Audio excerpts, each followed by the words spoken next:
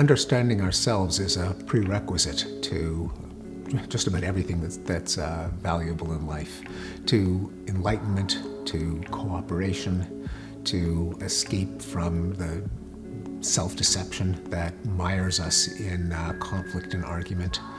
Chekhov once said, "Man will be better when you can show him what he is like."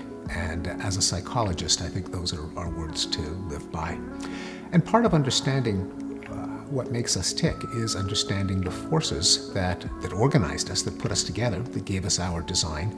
And that means that ultimately we have to look to evolution as part of the solution to who we are. The human brain is a highly non-random piece of biological machinery. It doesn't learn to do everything equally easily. It does some things without having to learn anything. To understand why it works the way it does, we have to know something about the forces that shaped it. And that means an understanding of the ecological niche that our species evolved in, the strategies that our ancestors used to make a living in that environment, as a way to figure out why we're built the way we are.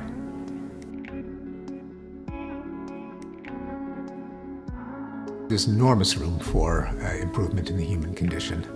There are vast parts of the world that have only begun to tap the mechanisms of wealth creation that we've enjoyed in the West. Vast parts of the world that haven't begun to enjoy the levels of freedom that we've had in the West. And needless to say, there's lots of improvement that the West itself can and ought to do. No one can reasonably predict what gifts technology can deliver to us in the future. We desperately need technological advances that will generate energy more cleanly, that will grow food more efficiently, that will lengthen human lifespans.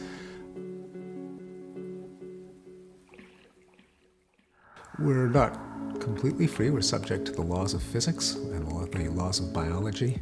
Our bodies wear down, we need nutrition, we're vulnerable to all kinds of environmental insults. Our ability to behave depends on the structure of the brain that we're born with and the culture that we're embedded in. On the other hand, we're free, certainly free in the sense that one couldn't predict anyone's behavior down to the last choice, even knowing everything about his parentage and culture and individual history. And there's an enormous scope for the brain to craft new forms of behavior in response to the person's particular situation and perhaps in response to random factors that we don't understand. Part of wisdom is knowing what the scope is of your own room for improvement and discipline.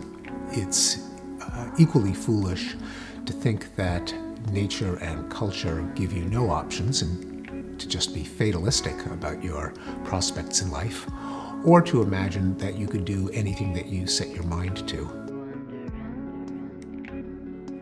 Part of the wisdom of being an adult is knowing what the fences are on both sides of the range in which you can improve or change yourself.